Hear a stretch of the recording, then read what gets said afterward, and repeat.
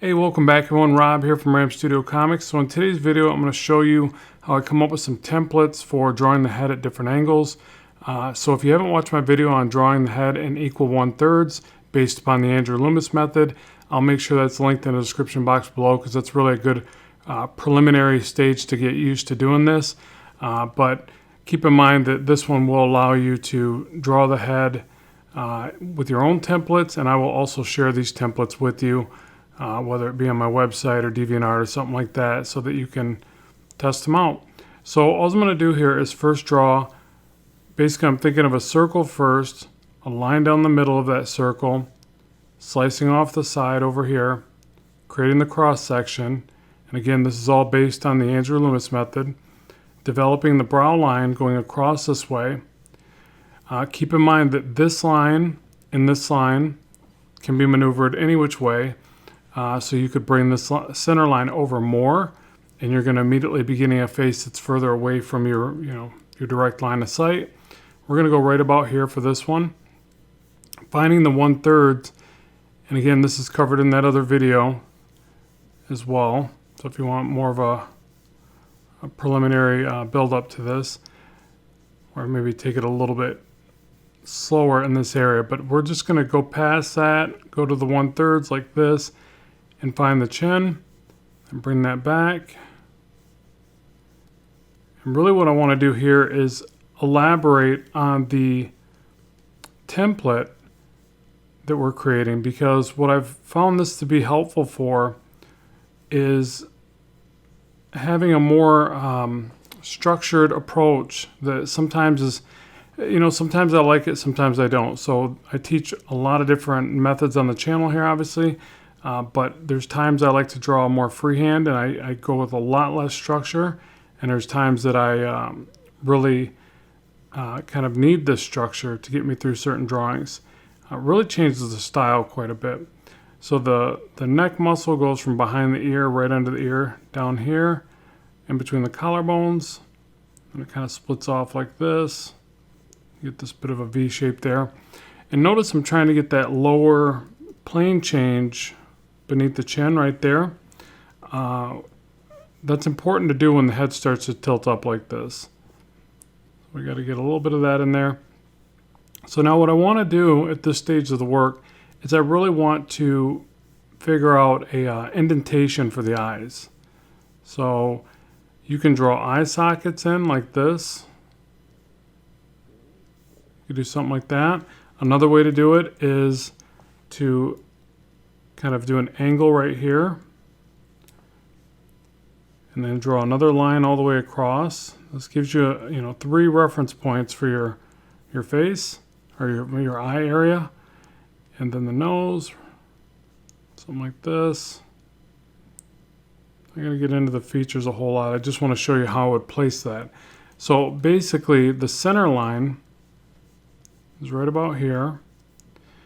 And you've got this top section where the hairline would go, right about here.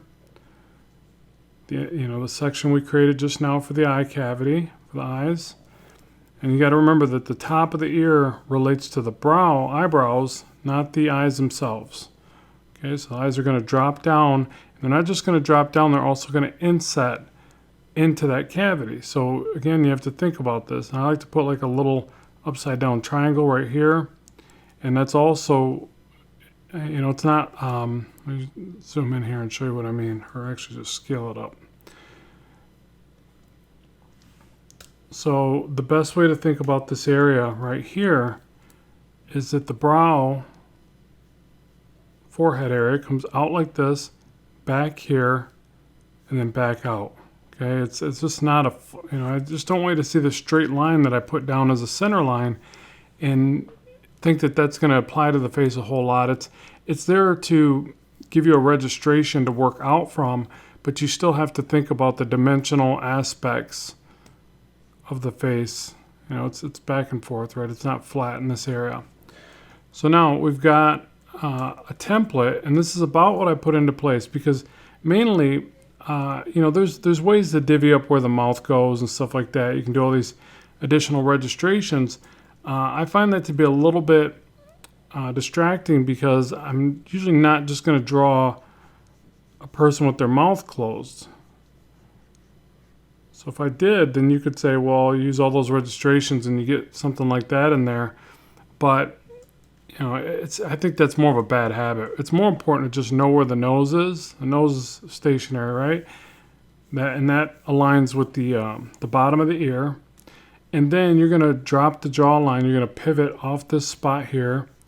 And there's times you're going to drop the jaw and you're going to draw open mouth poses. Even if it's a slightly open mouth pose, it's better than always having your character sitting there with their mouth kind of closed. You just wouldn't do that. So it makes more sense to even draw something like this. And I gotta scale this brush down, it's just too big.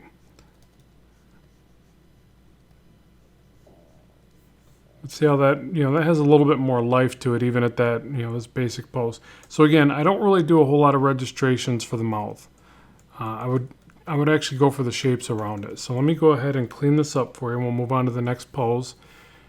And then what I really recommend doing with these is cataloging them. Drawing, I just drew about 4 of these. And again, I'll share them if you want, if you need them, at different angles. And I'm just going to keep on going where I've got almost every conceivable angle covered.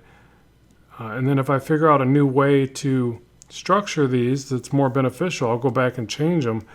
But essentially what I'm trying to do is vary up a little bit of the proportions of these and then get the best kind of guides in place that I can that would relate well to a variety of characters.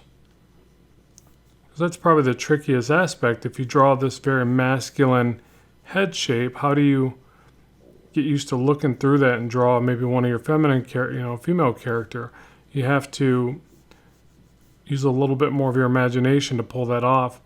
So I have a few that are different proportions, but it all kind of helps. I feel like it helps on those bad days, like when I'm not drawing so well, I can pull my templates and get the work done, just as fast. I bring this out just a little bit.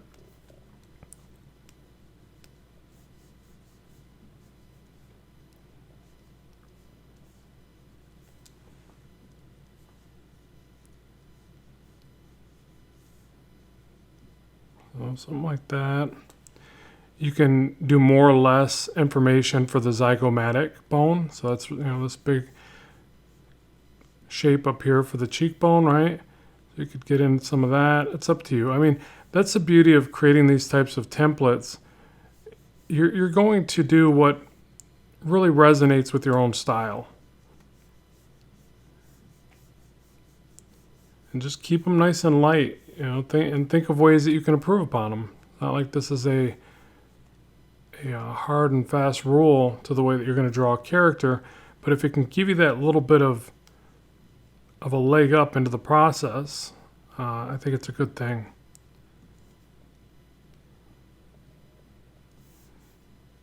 I don't even know if I do the nose shape, because again, I want this to be vague in a sense, so that I'm more likely to develop a variety of characters over the top of it.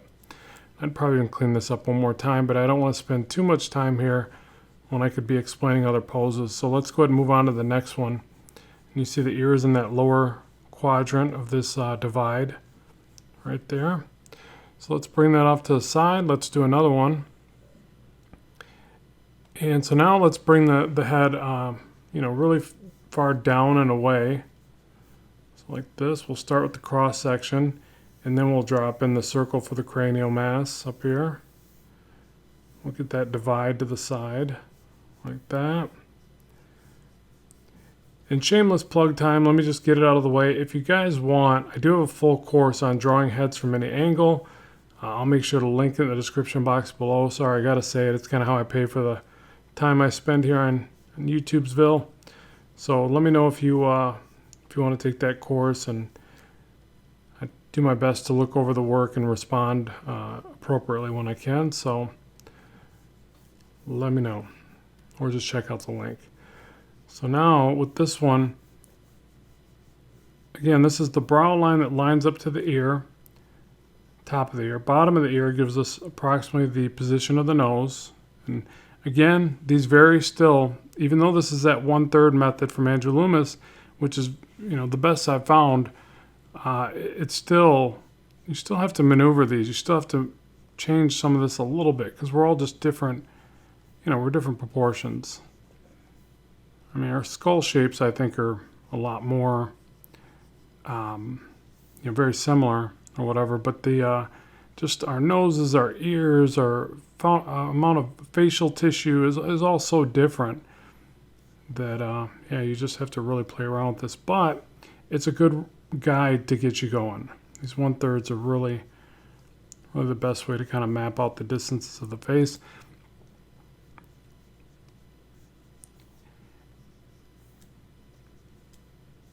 So let's see the brow about here. Now this is where it gets tricky because we have to put the indentation of the eyes in place, eye sockets, but they're really getting that connection point that I drew right here, that middle line, is really getting covered. So you're going to see it a little bit, but not as much as you are obviously with the head tilted up.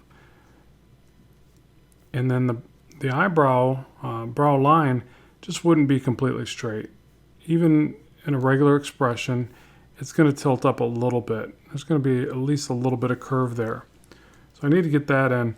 Now, I could say, well, I don't need that for the structure, though. That can be for when I'm organically trying to draw through this and create a character. And that's true. But what I tend to think about this stage of development is if I can make something that has enough of the cues that I know I'm going to put in there anyways, then why not do it? To me, that's what any good template's going to do. It's going to alleviate part of the mental burden, if you will, of drawing this stuff. I'm just going to add as many little cues. Now, the only bad thing is I'm really just making this look like an angry face, and I can't do that. That's not...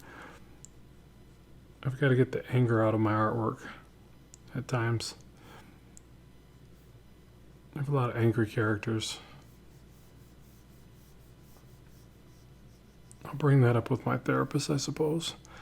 Okay, so cheekbone, and even this, like sculpting the face in too distinctive a way may even pull it away from being a good overall template.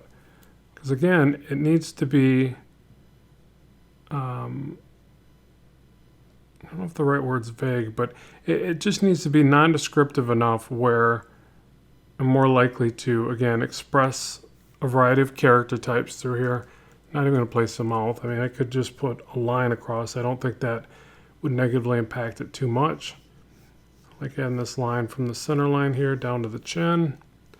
We could also get in a little bit of the face shape like that. Just remember that the face shape through here, it's basically like this little W there and rounded there. Some people have a more distinct set of skin across the sides. It's basically circles around that area. I don't think we need all that, but again, I don't want it to look too much like we're trying to draw the face yet. I feel like it's already kind of doing that. And this character does look, this template does look angry. I have an angry template. So some kind of hairline, again, as non-descriptive as possible. Just a basic alignment of where the hair would go.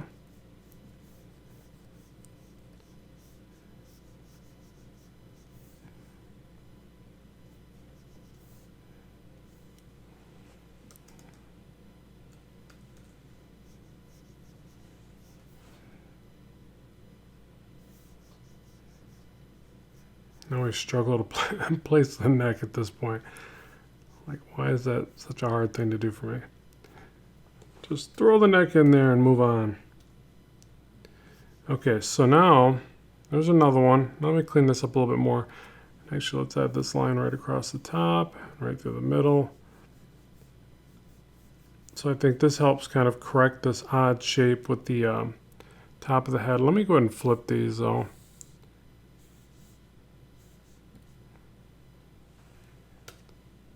And kind of analyze them for a moment. And what I tend to see whenever I do this is misalignment of the eyes. You know, what's weird is I didn't notice how thin I made the chin over here. I don't know that I totally mind it, but I'm going to make it just a little bit bigger. The reason I'm saying I don't totally mind it is because, again, that's another very big difference from person to person. I do typically draw bolder chins though, so I'm going to start with that. And I would like this to be good for male and female, in which case I would thin down that chin. That's what it looked like at first. I would change the overall shape of the jawline to more of a curve, and I would point the chin. So for the male character, I would use more of an angled jawline here and a wider chin. So that's it. And again, and that's not even just male, female. That's masculine, more masculine to less, more feminine, less masculine. Over here, what I feel like I'm getting a little bit of is a misaligned set of features. So sometimes what I'll do is kind of draw a line like this, and I'll duplicate it. Just see if there's some consistency all the way across there.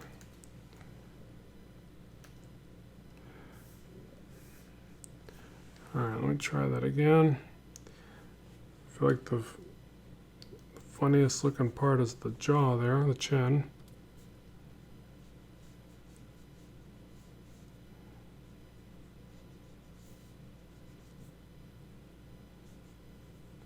Yeah, I think the rest I could make it work. I think that's what was primarily throwing me off.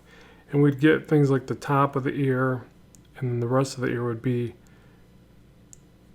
more of a single plane change. And as you detailed it, you would detail, inside this area. But again, I just want to keep this as simplified as possible. So there's another one. So let's do one more, and then we'll call it good. I just want to give you a good variety. But again, I'll clean these up again, and the ones I share, if you want the copies to work with, I will make sure these are cleaner for you, along with the other ones I developed that actually have more lines to them. But again, you kind of need to pick apart what areas make sense to you for your own style. Maybe you want this defined plane change on the front of the brow. Maybe cut into these areas a little bit more. Maybe you do those ovals on the side of the face. Whatever makes the most sense for you to have the information you need. And then what you do is you really just focus on drawing these at a variety of angles so that you have that basis of knowledge and information to just jump in and start drawing characters over. I find it to be very, it really helps the process basically to do this. And then you start to zero in on where these plane changes and angles that you might want, where they would actually align. Because at first you're just kind of throwing them in and trying to discern, what makes the most sense for the way that I draw my characters. But yeah, you're just going to get better and better at placing these, and you'll change your templates as you move forward. All right, so let's do one more. Let's go ahead and scale this one down. We'll scale them both down. We'll put one more in the middle.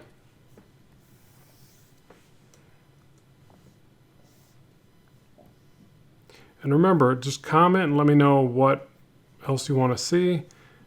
Make sure to like, share, and subscribe, all that good stuff. But most of all, let me know what it is that appeals to you on the channel so I can keep making the best content for you. Okay, so now we've got one looking up, one looking down, and both away. I don't really want to do straight on. That's just too plain. Let's see here. Let's just tilt the head and then go at more of an angle away. So like this. I want to give you some tough angles because again, it's just too awfully easy to keep drawing things parallel to your view. I've done enough of that on the channel. I don't think you want to see any more of that. But you can correct me if I'm wrong. But hopefully what happens as you practice this too, you get better at jumping in at whatever step you want. So you realize, well, if I got this oval over here, divide it up, I put my ear back here, roughly got the 1/3 kind of started right here. I could just jump down this way. Yeah, that lines up. And you just start kind of rough, as you see me doing here, but then you get to where you can maneuver and, again, kind of just piece it all together, because you're so used to doing the, aligning these puzzle pieces that now you don't need to start in a very distinct approach, because you can just kind of relate to other aspects of the work because you've done it plenty of times. That's really where repetition is such a big deal. Like as long as these 1/3 on the front are roughly equal, I move this center line over even further because I really want this face angled away. I want a little bit of this feeling that we're looking up at the head. So I'm going to try to widen it out almost perspectively like this. Get that underneath shape that I pointed out over here of the neck. Remember, the neck is basically triangles. That's what we'll get into pretty soon here, and I'm supposed to be doing more lessons on that. I've been studying the neck, but it is everything under the neck area is really just a bunch of triangles. So we'll do a lesson on that. Something like this.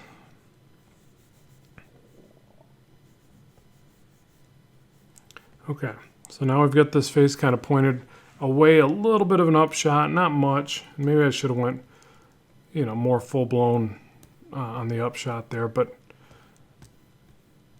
forgive me. Just trying to do what I can. I don't know what I'm doing, folks. I'm just drawing pictures, and hopefully you're watching, hopefully you're learning. That's all we can do. All right, so now gotta get in here. I messed up the chin again. That seems to be a common thing today. Way too squared, so I'll fix that.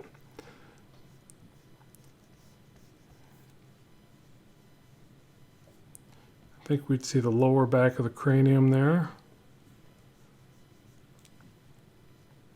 from this angle. All right, so again, this is our brow line, not our eye line. We'll bring that back, bring the cheekbone down, back this way.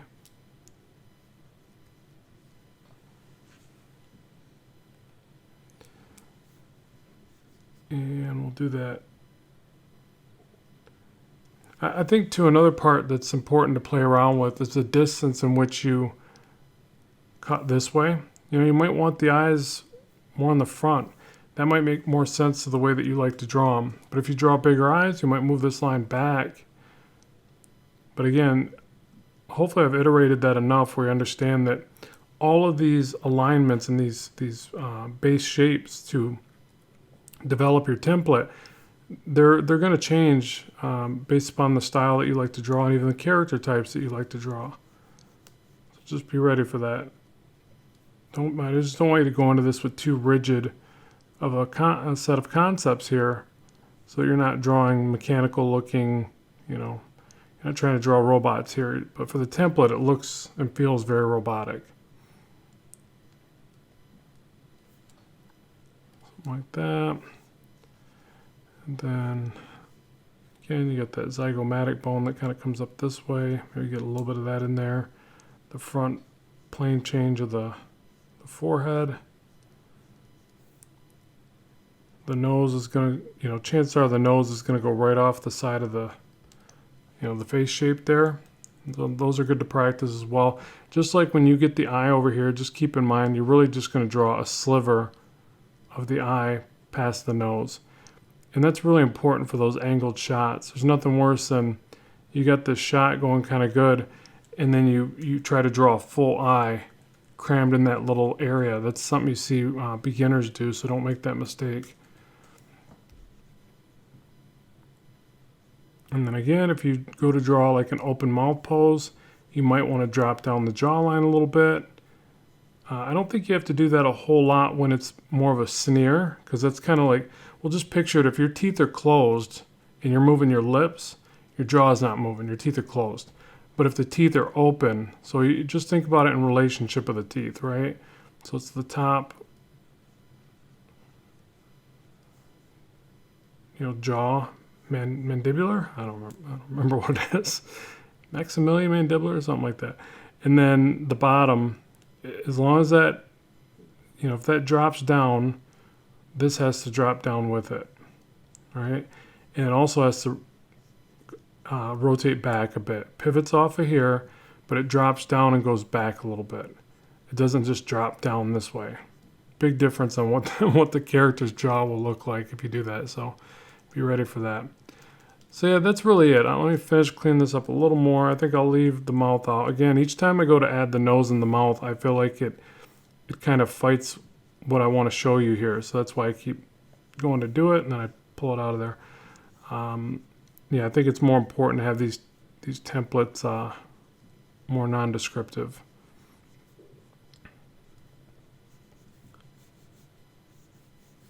All right, so hopefully that's given you a nice bit of information to work from and develop your 1/3 further and start pinpointing some of the other landmarks, the face, indentations of the eyes, things like that. But what I'm going to do now is I'll time-lapse the next part. I'll clean it up a bit for you. And again, I'll share everything I talked about, the How to Draw Heads course and the art files if you want those. Thanks very much for watching, and more on the way soon.